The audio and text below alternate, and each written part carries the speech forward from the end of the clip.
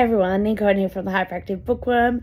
I have actually been trying to read this book for a really long time, little over a month. For me, that's a long time, even though my TBR might say otherwise. Shh, they're liars. Anyway, and I'm finally getting around to start it because I've been so sick. I haven't been able to read as much, but I'm so excited to finally get around to reading it.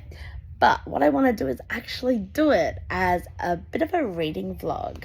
So there's going to be quite a few little sections of me talking about where I'm up to and that kind of thing with the book. But I just thought it might be fun. I don't get a lot of long blocks of time to read. Still, even with being sick, it's amazing how much energy just being awake can take from you. But I am going to read The Bloodborne Dragon by J C Rycroft. Yes, that's my child. You might be able to hear them in the background. One of the reasons I don't get long reading blocks as well. But I am so excited to start this book and come along. All right. I actually got a bit of a chunk of reading time, even after saying that I don't get very big chunks. I've actually had a bit of a chunk and I'm like 20% into the book. So I'm 20% in. I think it's, let's have a look. What chapter am I on? I'm chapter 7. And I have so many thoughts. Okay, so the start of the book is you get a fight scene. And it's first person, main character, Des, who we find out her name a little later. Like, you don't know her name for a while, which is pretty standard for first persons. But in an unexpected sword fight, basically. And she has skills. And she very much is kind of kick-ass. And then you hear a little bit of, backstory of her life and all this stuff. And oh my God, did I get Tipping the Velvet vibes. So if you haven't read or seen Tipping the Velvet, I highly recommend it. The book is by Sarah Waters and it is fabulous. They turned it into a TV miniseries many, many years ago now. But I love it. And I definitely get the Nan and Kitty vibes going on a bit. Now, look, I don't feel like this is too big a spoiler, seeing as the book is called The Bloodborne Dragon. So she ends up, I'm not going to tell you how, but there's a dragon. And she ends up kind of being in custody of a dragon. And it just gets more and more intense. It's really fast paced so far at the moment. Like I'm scrolling through so quickly because it's interesting and I'm loving it. I'm loving the balance is really well done between past and present. And then the past coming back. So yes, there is that kitty type X from Tipping the Velvet. Sorry, that was a Tipping the Velvet reference. But I'm just so curious about what is going on and getting to know Dez's character a bit more and the dragon, which I can't even say the name. They have said it a few times, but Des, the main character, is calling it Squid at the moment, which is absolutely hilarious. The snarkiness, the banter between them is divine.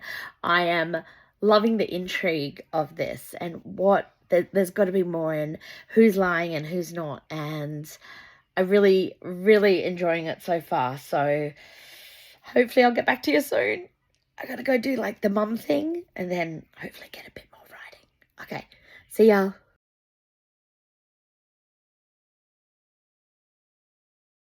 All right. Oh my gosh. All right. So I got a little bit more read. I'm just on 30% now, and oh my God, I am loving it. It is totally tapping into one of my many favorite themes, and it's all about found family. And Des is kind of collecting these members of her found family as she is in pursuit and also kind of being pursued. The dragon's a big part of this, and I love the dragon. I now understand why she calls him Squid, which is absolutely ridiculous that I didn't click straight away, because his name is, oh God, what was it? Esquidmilia or something along those lines. I'm so sorry, J C Rycroft. I'm trying to get it said properly. I feel like it's that those tweets, not tweets, TikToks, sorry, where you have these people, you know, reading fantasies and they get to a name and they're that's a little bit how I feel. But it's not even because it's necessarily a hard name, it's just habit, really. When I read fantasy, it's terrible. But anyway, so I kind of love that Des is sort of playing on, yeah, okay, too long a name, not dealing with that, and that she does just call him Squid. So I'm loving it. I'm loving the banter. I'm loving the action of this book. It is so good. It is so fast paced. I can't wait to just like kind of sneak off and get a bit more read, because I want to devour it so badly. The writing is actually really beautiful. So it's not just the plot and the characters. It is not just the balance of fighting and tension, but there's also these humorous moments. And oh my God, it's like, oh, this is so hilariously wrong. It's terrible hilarious. It's great, and it's absolutely awesome. And I'm really looking forward to reading more. But the writing is really quite beautiful, and it's just great. I can't wait to see what happens next, because it's not long before something else happens, and it's amazing. So I can't wait to see what happens with Des and Squid and their found family members that are kind of coming together. The ragtag team sort of thing.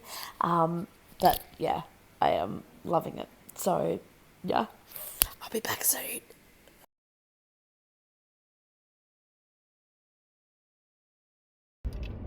Alright, so I finished The Bloodborne Dragon by J C Rycroft last night, and I went to go and edit everything to see what I'd already said, and discovered that while my intentions were to do a 50% wrap up of it, I obviously must have thought I'd done it, but I hadn't.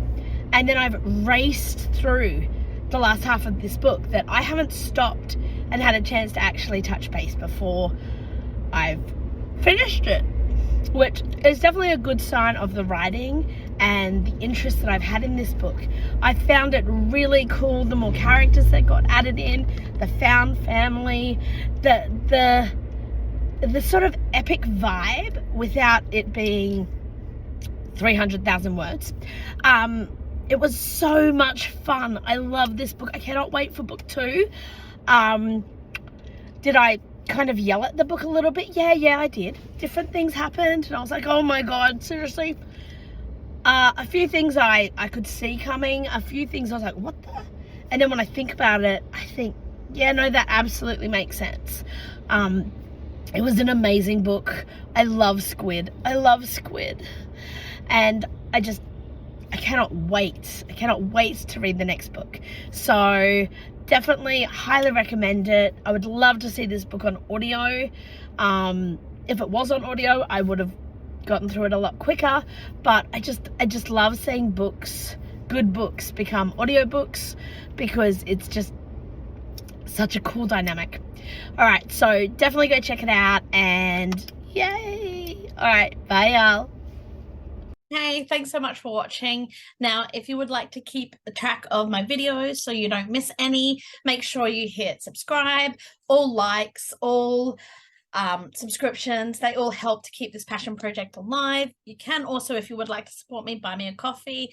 The link's down below. Thanks, y'all.